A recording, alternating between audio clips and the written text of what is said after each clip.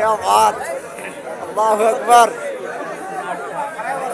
আব্দুল আলিম দীর্ঘ 2 বছর পর দেখা রে, আল্লাহু আকবার। নারায়ে তাকবীর, আল্লাহু আকবার, নারায়ে তাকবীর, আল্লাহু আকবার।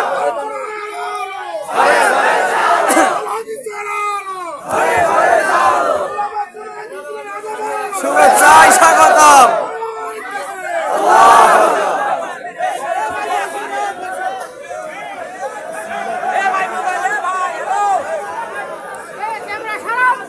ভাই ক্যামেরা ভিডিও তাহলে ভবিষ্যৎ দেখবো ক্যামেরা দেখবে না তোমায় দেখি ইউটিউবার যে তোমার বক্স থাকছে না ওকে বাধা করছেন তোমরা।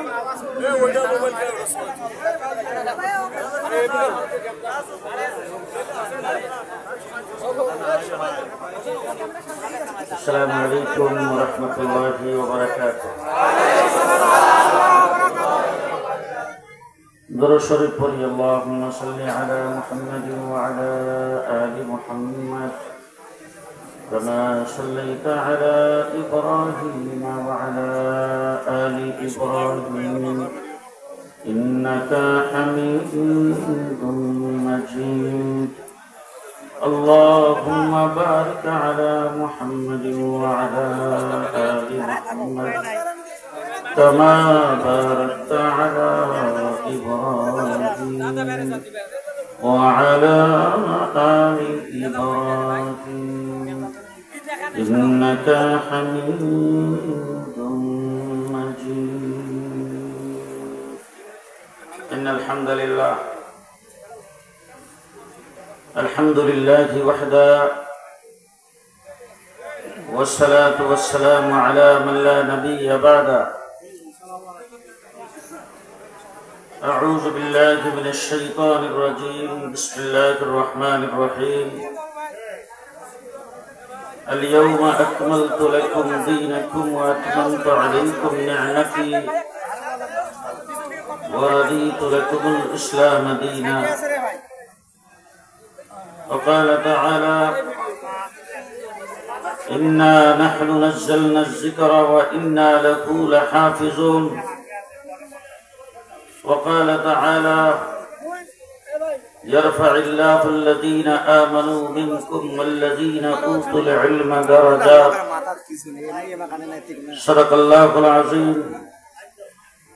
وقال رسول الله صلى الله عليه وسلم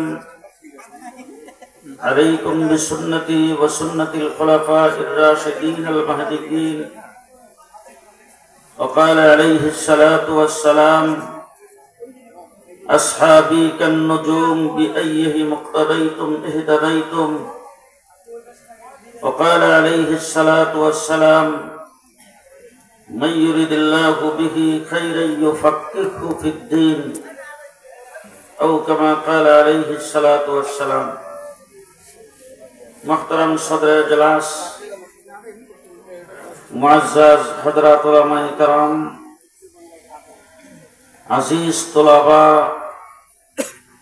সমবেত ব্রাদরান ইসলাম, আল্লাহ তাবারক ওয়া তাআলার অসংখ্য গণিত শুকরিয়া যে আল্লাহ পাক একটি দ্বীনি মাহফিলে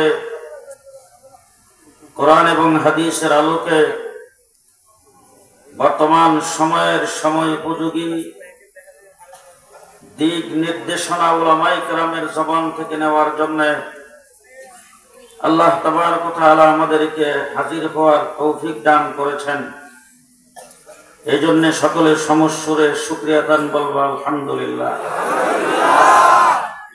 আমার বন্ধুগণ, হযরতে আদম আলাইহিস সালাম থেকে শুরু করে মুহাম্মদুর রাসূলুল্লাহ সাল্লাল্লাহু আলাইহি ওয়াসাল্লাম পর্যন্ত আল্লাহ তাবারক ওয়া তাআলা মানুষের হেদায়েতের জন্য, মানুষকে জান্নাতের পথ দেখাইবার জন্য, আল্লাহর পরিচয় মানুষের সামনে পেশ করার জন্য 1,24,000 নবী প্রতিনিধি, আল্লাহর প্রতিনিধি পৃথিবীতে প্রেরণ করেছেন। আদম আলাইহিস সালাম থেকে শুরু করে ঈসা আলাইহিস সালাম পর্যন্ত হাজার হাজার বৎসর অতিবাহিত হয়েছে। একই সময়ে একাধিক নবী আগমন করেছেন। নবীদের কাছে আল্লাহর পক্ষ থেকে ওহী নাজিল করা হয়েছে, নবীদেরকে কিতাব দেওয়া হয়েছে। আমরা জানি আসমানি কিতাব আল্লাহ পাক নাজিল করেছেন 104 খান। 100 কিতাব ছোট, 4টা কিতাব বড়। তাওরীত, জবুর, ইনজিল, কোরআন। কোরআনে কারীম পৃথিবীতে আসার আগে 103টি কিতাব পৃথিবীতে আল্লাহ পাক প্রেরণ করেছেন। সহিফা নাজিল করেছেন ছোট ছোট কিতাব 100। আদম থেকে শুরু করে ঈসা আলাইহিস সালাম পর্যন্ত নবীদের কাছে যে ছোট কিতাব সহিফা নাজিল করেছিলেন, আপনাদের কাহারও জানা থাকলে একটু বলবেন। পৃথিবীর কোন জাদুঘরে, কোন মিউজিয়ামে 100 সহিফার কোন একটার কোন অস্তিত্ব আছে কিনা? জি, আমার বাংলাদেশে অনেক পুরানো জিনিস আছে। পৃথিবীর বিভিন্ন দেশে আমি গিয়েছি। ইতালিতে যাওয়ার পরে সেখানে জাদুঘরে যখন গেলাম, ঈসা আলাইহিস সালামের ব্যবহৃত জিনিসও সেটার ভিতরে আছে। লন্ডনে পৃথিবী বিখ্যাত জাদুঘর মিউজিয়াম, সেটার ভিতরে যায় দেখেছি অনেক হাজার হাজার বছর আগের জিনিসপত্র আছে। কিন্তু পৃথিবীর কোথাও আজ পর্যন্ত কেউ দেখাইতে পারবে না 100 সহিফার কোন একটা কিতাবের কোন একটা অক্ষর কোথাও সংরক্ষিত আছে। আছে। জবুর কিতাব নাযিল করেছিলেন আল্লাহ পাক হযরত দাউদ আলাইহিস সালামের কাছে। আজকের গোটা পৃথিবীতে জবুরের কোন অস্তিত্ব নাই, তার একজন অনুসারীও নাই। আছে। আজকে तमाम পৃথিবীতে সন্ত্রাসের রাজত্ব কায়েম করেছেন ইহুদি সম্প্রদায়। গোটা পৃথিবী তাদের সন্ত্রাসে আজকে আতঙ্কিত। গুটি কয়েক ইসরায়েলি ইহুদি ফিলিস্তিনি মুসলমানদের উপর নির্যাতনের স্টিম রোলার চালিয়েছেন। পৃথিবীকে আজকে মর্মাহত করেছেন, আতঙ্কিত করেছেন। যে ইহুদি সম্প্রদায়, তাদেরকে চ্যালেঞ্জ করে বলতে চাই, তোমরা ঈসা আলাইহিস সালামের নবুয়তের দাবিদার, উম্মতের দাবিদার, তাওরীতের অনুসারী বলে দাবি করো।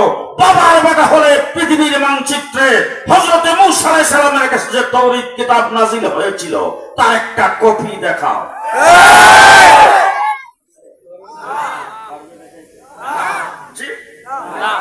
পৃথিবীর কোথাও একটা কপি দেখাইতে পারবে না। এবার আপনাদের জিজ্ঞেস করতে চাই, ইহুদিদের বংশে, ইহুদিদের মাঝে তাওরীত কিতাবের হাফেজ আছে কয়জন? নাই। জি, পৃথিবীতে আছে কোথাও? জি, ধর্মচর্চার দিক দিয়ে যদি আজকে আপনি লক্ষ্য করেন তাহলে দেখবেন ইহুদিরা ধর্মচর্চা খ্রিস্টান থেকে, বুদ্ধিস্ট থেকে, হিন্দুদের থেকে অনেকাংশে বেশি করে। লন্ডনে দেখেছি, ইউরোপে দেখেছি, কানাডায় দেখেছি, আমেরিকাতে দেখেছি ইহুদিদের বড় বড় মাদ্রাসা। সেখান থেকে লোকজন বের হচ্ছে লম্বা পাঞ্জাবি লাগায়া, মাথার মধ্যে আবার ছোট্ট করে এখানে একটা টুপি, আবার এই দিকটা চুল বাড়তি করে, এটা তাদের ধর্মের নিশান।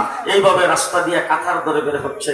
কিন্তু সেই জায়গার মধ্যেও আমি চ্যালেঞ্জ করে দিয়েছি গোটা পৃথিবীর ইহুদি সম্প্রদায়কে চ্যালেঞ্জ করে বলতে চাই, একজন তাওরীতের হাফেজ বের করো।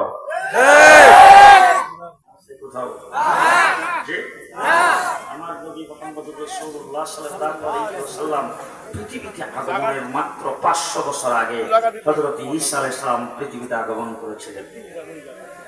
আমার রাসূলের কয়শো বছর আগে? 500 বছর আগে। আজকে 2000 বছরের উপরে হয়ে গেছে, কিন্তু 500 বছর পরে আমার নবী মুহাম্মদ রাসূলুল্লাহ সাল্লাল্লাহু আলাইহি ওয়াসাল্লাম পৃথিবীতে আগমন করেছেন। আর রাসূল সাল্লাল্লাহু আলাইহি ওয়াসাল্লাম আয়েশা দেখেন, সেই ঈসা আলাইহিস সালামের ধর্মের অনুসারী যারা, ঈসা আলাইহিস সালামের নবুয়তের অনুসারী যারা, কারণ আমার রাসূলের আগে ঈসা আলাইহিস সালামের পরে মধ্যখানে 500 বছর আর কোনো নবী পৃথিবীতে আগমন করেন নাই। তাই ঈসা আলাইহিস সালাম যে আদর্শ তাদের কাছে রেখে গিয়েছিলেন, সেই আদর্শের উপরে তারা একজন নাই। বাইতুল্লাহর ভিতরটাকে মূর্তি দিয়ে সাজাইছে। আমি জিজ্ঞেস করতে চাই, ঈসা আলাইহিস সালাম কি মূর্তি পূজা করতেন? না। ঈসা আলাইহিস সালামের আদর্শ কি মূর্তির আদর্শ ছিল? ঈসা আলাইহিস সালামের সাংস্কৃতিক কৃষ্টি কালচার কি মূর্তি পূজা ছিল? তাহলে ঈসা আলাইহিস সালামের অনুসারী যারা, ঈসা আলাইহিস সালামের উম্মতের দাবিদার, ঈসা আলাইহিস সালাম সর্বশেষ নবী হিসেবে আগমন করেছিলেন আমার নবীর আগে। সেই ঈসা আলাইহিস সালাম চলে যাওয়ার পরে ঈসা আলাইহিস সালামের কৃষ্টি কালচার 500 বছর পরে রাসূল ঈসা কিছুই দেখে নাই। 360 বুত স্থাপন করেছে বাইতুল্লাহর চতুর্দিকে, বাইতুল্লাহর ভিতর থেকে মূর্তি দিয়ে সাজাইছেন। তারা লাত, উজ্জা, কুবুল, মানাতের পূজা করে। শুধু তাই না, বাইতুল্লাহ শরীফ উলঙ্গ হয়ে তওয়াফ করে। কয় বছর পরে?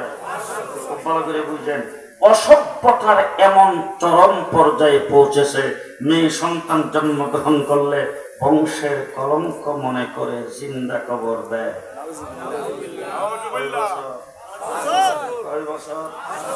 500 বছর পরে রাসূল পৃথিবীতে আগমন করে দেখলেন ঈসা আলাইহিস সালামের কাছে আল্লাহ পাক ইনজিল কিতাব দিয়েছিলেন, তার একজন হাফেজও নাই, ইনজিল কিতাবের কোনো কপিও নাই। আজকে আপনাদের এই রংপুরে বোধহয় 2-4টা আছে, হাফেজ তো মনে হয় 20 আছে। ইনজিল কিতাবের একজন হাফেজ আছে পৃথিবীতে? আছে পৃথিবীতে? এবার আমি জিজ্ঞেস করতে চাই, গোটা পৃথিবীতে বর্তমানে মাতবর কে? আমেরিকা। কে?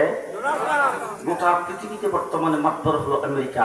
আমেরিকা একটি বিশাল রাষ্ট্র, এক মাথার থেকে আরেক মাথায় বিমানে যাইতে 16 ঘন্টা লাগে। এত বড় বিশাল রাষ্ট্রের মালিক আমেরিকার ডলার সারা পৃথিবী চলে না।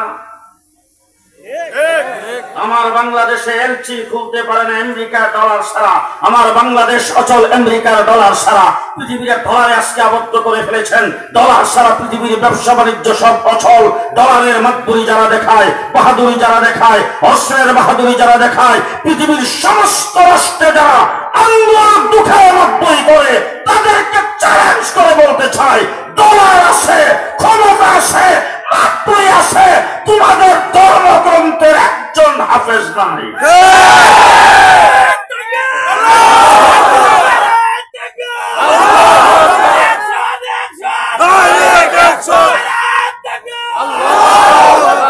ডলার আছে, হাফেজ মাতবুরি আছে, হাফেজ অস্ত্র আছে, হাফেজ ক্ষমতা আছে, হাফেজ আছে নাই।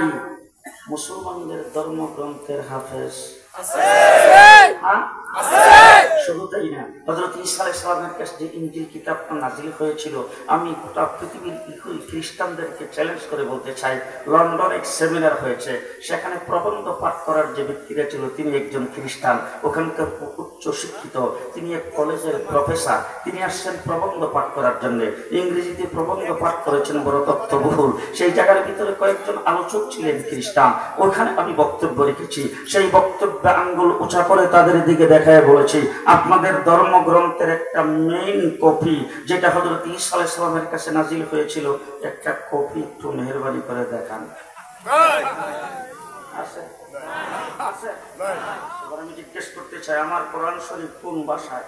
আরবি ভাষা। আরবি ভাষা পৃথিবীর কোথাও নাই তো?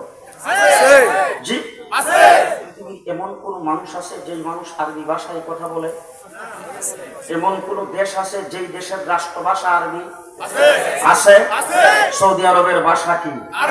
আরব আমিরাত, কাতার, কুয়েত, বাহরাইন, মিশর, জর্দান, পৃথিবীর মিডল ইস্টের একটি বিশাল অংশ, বিশাল রাষ্ট্র, বিশাল অংশ আরবি ভাষায় কথা বলে, কোরআনের ভাষায় কথা বলে। আমার কোরআন যেই ভাষায় নাজিল হয়েছে, এই ভাষা পৃথিবীর বিশাল একটি অংশে বলবৎ আছে, সেখানকার মানুষ আরবি ভাষায় কথা বলে। পৃথিবীর খ্রিস্টানদেরকে চ্যালেঞ্জ করে বলতে চাই, ঈসা আলাইহিস সালামের কাছে যেই ভাষায় ইনজিল কিতাব নাজিল হয়েছিল, বাবার বেটা হইলে সেই ভাষাটা পৃথিবীর কোন জায়গায় দেখাও। আছে সেই ভাষা, সেই ভাষার অস্তিত্ব পৃথিবীতে পৃথিবীতে নাই। শুধু আজকে নাই না, গত 1500 বছর আগের থেকেই নাই। 500 বছর পরে আমার রাসূল পৃথিবীতে আগমন করে দেখলেন ঈসা আলাইহিস সালামের কৃষ্টি কালচার, তার সংস্কৃতি, তার কিতাব, তার ওহী, তার আদর্শ, তার শরীয়ত, তার সুন্নাত, যাবতীয় সব কিছু শেষ করে দিয়ে মানুষগুলি বর্বর জাতিতে পরিণত হয়েছে। এখন শেষ ওয়াজ আমার, শেষ কথা আমার আপনাদের সামনে আপনাদেরকে জিজ্ঞেস করতে চাই, আমার নবী দুনিয়া থেকে গেছে কয় বছর? 1450 বছর। জি, 1450 বছর আমার নবী পৃথিবী থেকে বিদায় গ্রহণ করেছেন। পৃথিবীতে থেকে 1450 বছর হয়েছে রাসূল দুনিয়া থেকে বিদায় গ্রহণ করেছেন। ফজরের নামাজ মনে হয় রাসূলের সময় ছিল 20 রাকাত, এখন কাটছাট করতে করতে 60 রাকাত হয়েছে।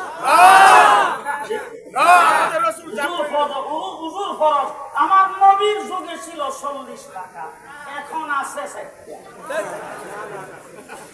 হুজুর ফরজ রাসূলের যুগে ছিল 41টা, এখন রয়েছে 60টা। বলেন বলেন না। জি না। হুজুর ফরজ আমার নবীর যুগে ছিল কয়টা? তায়াম্মুমের ফরজ আমার নবীর যুগে ছিল কয়টা? গোসলের ফরজ আমার নবীর যুগে ছিল কয়টা? মাগরিবের নামাজের ফরজ 3 রাকাত নবীর যুগে ছিল, এখন পর্যন্ত আছে। নামাজের মধ্যে রাসূল যা পড়তেন আমরা এখনো পড়ি। রাস্তায় সালাম যেইভাবে রাসূল দিতেন আমরা সেইভাবে দেই। মানুষ যখন রাস্তা দিয়ে হাঁটে রাস্তার ডান পাশে দিয়ে হাঁটা সুন্নাত রাসূলের যুগে ছিল, সাহাবায়ে কেরামের যুগে ছিল, এখনো আছে। আল্লাহর নবী 1450 বছর হয়েছে দুনিয়া থেকে বিদায় হয়েছে, ইসলামের সামান্য পরিবর্তন হয় নাই, কিয়ামত পর্যন্ত হবে না।